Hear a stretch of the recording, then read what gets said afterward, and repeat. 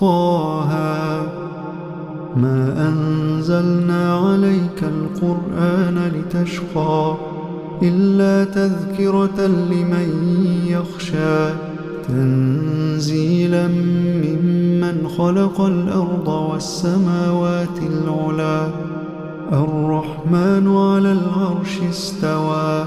له ما في السماوات وما في الأرض وما بينهما وما تحت الثرى وإن تجهر بالقول فإنه يعلم السر وأخفى الله لا إله إلا هو الله لا إله إلا هو له الأسماء الحسنى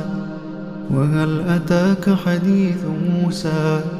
إذ رأى نارا فقال لأهلهم كثوا